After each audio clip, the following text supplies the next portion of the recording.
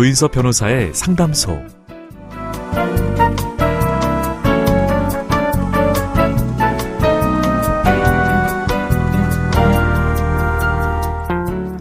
어서 오세요. 기다리고 있었습니다. 무슨 일이 있으신가요? 편하게 말씀하세요. 제가 들어드리겠습니다. 속 시원하고 정확한 자문으로 법률 문제를 풀어드리는 조인섭 변호사의 상담소, 지금 바로 문을 열겠습니다. 저는 조인섭입니다.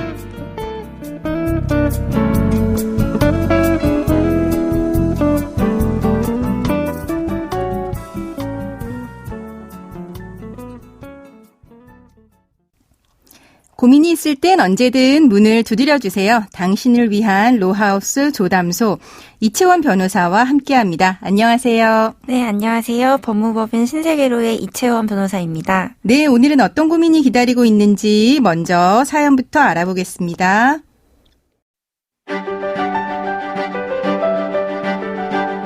저는 지인들 모임에서 남편을 처음 만났습니다. 대기업에 다니는 남편은 일찍이 능력을 인정받고 있었죠. 하지만 늘 겸손하고 주변 사람들에게 다정한 모습이 좋아서 결혼을 결심했는데요. 결혼한 뒤 그게 남편의 전부가 아니라는 것을 알았습니다. 남편은 승진에 대한 욕심이 대단했습니다. 일이 잘 풀리지 않으면 그 스트레스를 모두 저에게 풀곤 했죠. 저를 무시하고 모욕하는 것은 물론이고 회사에서 안 좋은 일이 있는 날엔 집에 있는 살림살이들을 모두 던지고 창문이나 방문을 주먹으로 때려서 부수기도 했습니다. 그걸로 모자라서 친구들과 룸사롱에 드나들면서 여자들과 술자리를 가졌는데요. 저에게 미안해하기는커녕 오히려 너무 당당하더군요. 저는 남편이 나이가 들면 달라질 줄 알았는데 오히려 저를 더 힘들게만 했습니다. 결국 저는 10년 이상 지속된 가정폭력과 폭언, 그리고 외도를 견딜 수 없어서 이혼을 결심했습니다. 남편은 이혼은 받아들이겠지만 15살, 9살, 5살인 새아이는 본인이 기르겠다고 주장했습니다. 저는 평생 전업주부로 살아왔기 때문에 경제활동을 안 하고 있고 가정폭력 때문에 우울증 치료를 받고 있었기 때문이었습니다. 모든 게 저에게 불리하지만 아직 어린 아이들에겐 엄마가 필요합니다. 양육권을 제가 가져올 방법 없을까요?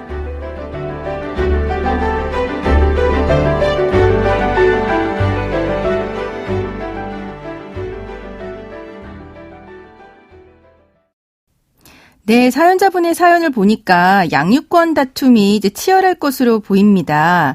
사연자분들의 아이들이 아직 어린데요. 특히 9살, 5살 아이는 아직 엄마 손길이 좀 필요할 것 같은데 미성년 자녀가 여러 명일 경우에 분리 양육이 가능할까요? 네, 우리 법원은 분리 양육에 대하여 자녀들의 정서적 안정에 반할 수 있고 형제 자매들과 함께 자라면서 쌓을 수 있는 유대관계나 사회적 적응 능력에 지장을 초래하며 양육비 관련 문제가 발생할 가능성이 높은 점 때문에 이를 부정적으로 보는 편입니다. 다만 분리 양육을 인정할 만한 특별한 사정이 있을 경우에는 구체적인 사실관계에 따라 종합적으로 검토하여 이를 인정하고 있으니 아예 불가능한 것은 아닙니다. 네, 분리양육은 원칙적으로는 안 되지만 이제 분리양육을 인정할 만한 특별한 사정이 있는 경우에는 이제 가능하다. 이 분리양육을 인정할 만한 특별한 사정, 어떤 경우에 이게 해당할까요? 네, 일반적으로 서로 엄마와 아빠의 거주지가 다르거나 너무 멀어서 면접 교섭이 어렵다든지 부모가 동시에 아이 2명 이상을 키우기 경제적으로 어렵다든지 그런 환경적인 요인이 있을 수 있겠습니다. 네. 그러면은 이제 양육권은 이제 자녀들의 의사가 일정 나이가 되면은 반영이 되는 것 같은데요. 어느 정도 반영이 될까요?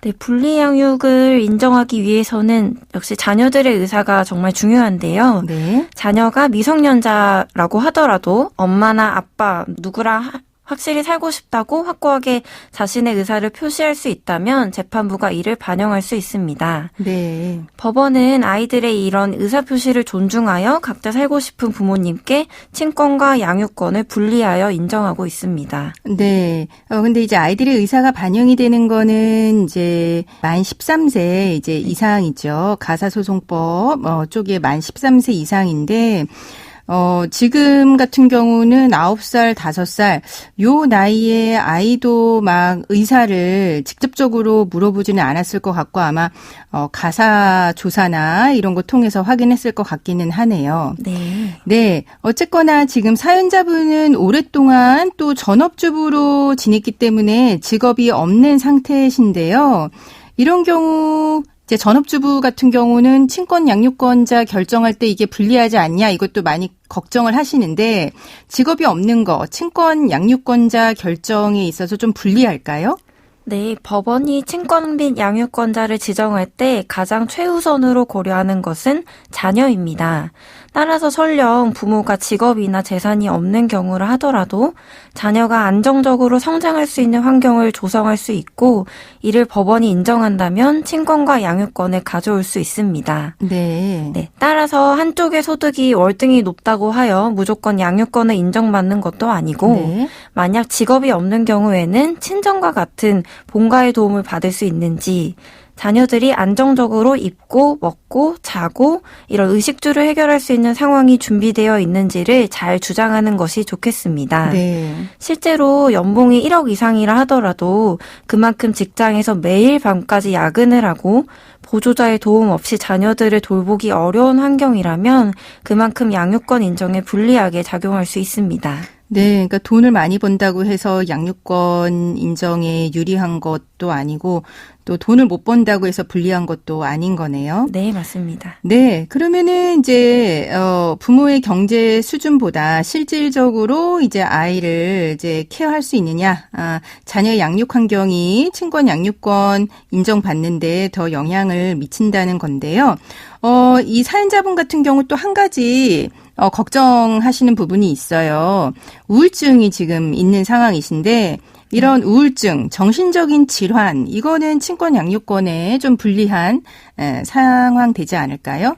네, 앞서 설명한 것과 마찬가지로 우리 법원은 친권 및 양육권을 인정할 때 누가 자녀를 안정적으로 키울 수 있는지를 우선적으로 판단합니다. 네. 한쪽이 우울증을 앓고 있다는 것은 상대방한테는 어찌 보면 중요한 반격 포인트가 될 수도 있는데요. 그렇죠. 만약에 재판하게 되면 엄청 다툴 것 같긴 합니다. 네. 그래서 그 정도가 매우 심하여 입원 치료를 받아야 할 정도가 아니라면 네. 우울증과 같이 정신질환을 앓고 있어도 양육권을 인정받고 있습니다. 네. 또한 이 우울증의 원인이 남편의 외도나 가정폭력, 폭언 등으로 인한 것이라면 이혼으로 조금씩 나아질 가능성도 있기 때문에 네. 자녀의 복리에 영향을 끼치지 않는다면 법원도 정신과 진료 그 자체를 크게 문제 삼지는 않습니다. 네, 그러니까 실제로 생각보다 우울증을 앓고 계신 분들이 현대 사회에서 엄청 많은 것 같아요. 네.